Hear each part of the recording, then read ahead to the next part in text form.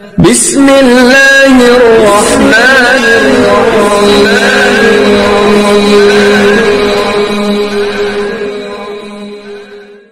বলছিলাম উপস্থিত বৈঠকের মুসলিম বোন এক মিনিট দেখবেন আয়েশাকে। এ দেখেন আয়েশা রাদিয়াল্লাহু তাআলা আনহা বলেন, আমি বিছানে ঘুমে শুয়ে আছি, তো আল্লাহ রাসূল আমার পাশে এসে জুতা স্যান্ডেল কাপড় রেখে শুয়ে গেলেন। তো একটু পরে তিনি ভাবলেন আমি ঘুমিয়ে গেছি। আসলে আমি ঘুমাইনি, আমি ভান করে ঘুমিয়ে আছি। দেখি তিনি কি করেন, কোন স্ত্রীর কাছে যান নাকি।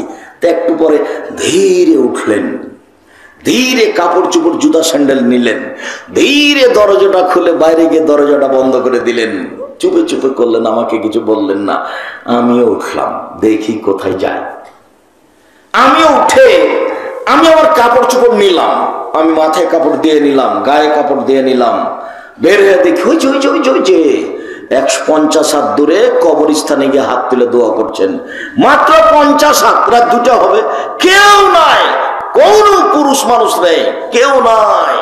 নিঝুম রাত 2টা 3টা এরকম সময়ে কেউ নাই।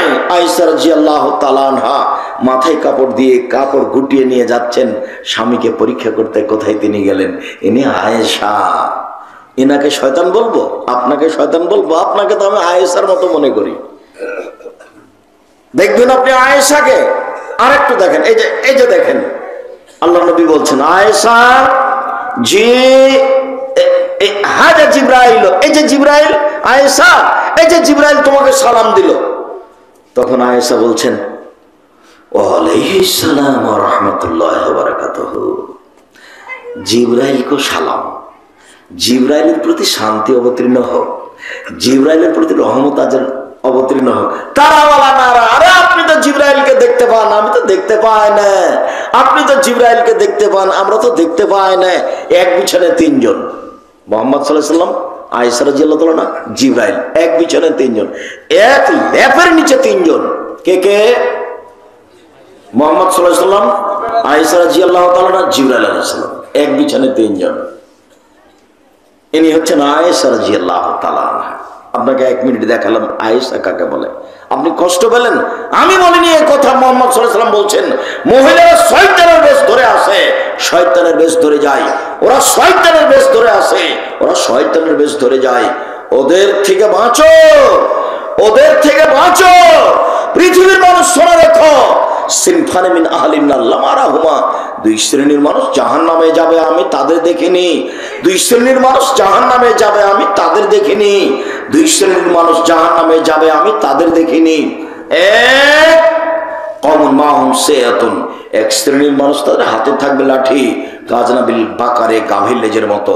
এক শ্রেণীর মানুষ তাদের হাতে থাকবে লাঠি, গাভীর লেজের মতো, একদিক মোটা একদিক চিকন, এ দিয়ে তারা মানুষকে মারবে, এরা জাহান্নামে যাবে। 2 নিসাউন, মহিলা, কাসিয়াতুন, কাপড় পরে থাকে, আর ইয়াতুন, উলঙ্গ। কাপড় পরে উলঙ্গ হয়? জি, আপনি যে শাড়ি পরে আছেন, এই ভাই তুই ফ্যাশন বোরকা পরে আছো, এটা কোন বোরকা বলো তো দেখি? ফ্যাশন বোরকা কোনদিন বোরকা হয়? বোরকা হতে হবে ঢিলা ঢালা, যাতে শরীরের অঙ্গ প্রত্যঙ্গ বোঝা যায়। সেটা বোরকা হয় কি করে? ফ্যাশন বোরকা বোরকা নয়। শুনুন, আপনি আমার দিনী বোন, আপনি আজকে বাড়ি থেকে এটা জ্বালিয়ে দিয়েন। সকাল যেন হয় নাই বোরকা জ্বালিয়ে দিবেন। বক্তব্যের সাথে মুনাফিকি করে কোনো লাভ নাই, বক্তব্যের সাথে মুনাফিকি করে কোনো লাভ নাই। 1 মিনিট, চট করে আর একটা কথা মনে পড়লো, একটু বলে নি। একদিন মুহাম্মদ সাল্লাল্লাহু আলাইহি ওয়াসাল্লাম সকালে এইভাবে চিন্তিত হয়ে বসে আছেন, খুব চিন্তিত। তার স্ত্রী উম্মু সালমা, খুব বুদ্ধিমতী মহিলা। উম্মু সালমা বলছেন, চিন্তা করছেন কেন, কি হয়েছে? তখন আল্লাহ রাসূল বলছেন, শোনো, ওয়াদানি জিবরাইল, জিবরাইল আমার সাথে ওয়াদা করেছিলেন রাতে আমার সাথে সাক্ষাৎ করবেন। রাত পার হয়ে গেল, জিবরাইল আসলেন না। কি যে হলো, আমার কোনো ভুল হলো নাকি? তিনি কেন আসলেন না আমি চিন্তা করছি। চিন্তা করতে করতেই উনি উঠলেন। উঠে ওই চৌকির নিচে দেখছেন যে একটা কুকুরের বাচ্চা আছে। তিনি কুকুরের বাচ্চাটাকে বের করে দিলেন, যে ওখানে একটু পানি ছিটিয়ে দিলেন। পানি ছিটাতে না ছিটাতে জিবরাইল চলে এসেছে, জিবরাইল উপস্থিত।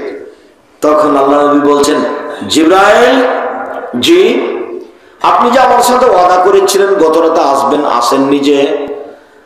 তখন জিবরাইল আলাইহিস সালাম বলছেন, এসেছিলাম তো, ঘুরে গেছি, আপনার খাটের নিচে কুকুরের বাচ্চা ছিল সেজন্য ঢোকিনি, চলে গেছি। যে ঘরে ছবি মূর্তি থাকে, কুকুর থাকে, ওই ঘরে আমরা ঢুকি না। এসেছিলাম, চলে গেছি, আপনার সাথে ওয়াদা আমার ঠিক ছিল। তো চট করে মনে পড়লো, কেন? তোমার মা প্লেট কিনেছে, তাতে চিংড়ি মাছ আছে। তোমার মায়ের প্লেট গুলো কেমন? চিংড়ি মাছ আছে। তোমার মা একটা আয়না কিনেছে, তাতে রুই মাছ। কথা বোঝা গেল? তোমার মা শোকে যে কাঁকড়া সাজিয়ে রেখেছে, এটা তোমার মা নয়, এটা তোমার খালা, তোমাদের পরিবারকে কবর দিতে এসেছে। বক্তব্যের সাথে মুনাফিকি করবেন না, উপস্থিত দিনী বোন। যত প্লেট আছে সবকে ভেঙে ঘুমাবেন, যত কাঁকড়া আছে সবকে ভেঙে ঘুমাবেন, যত আয়না আছে তাকে স্বাভাবিকভাবে ভাঙবেন না, ফেলে দিয়ে দাঁতটা কিটমিট করে লাথি দিয়ে ভাঙবেন। তাহলে আপনার ঈমান আছে, আপনি বক্তব্য শুনেছেন, এটা প্রমাণ হবে।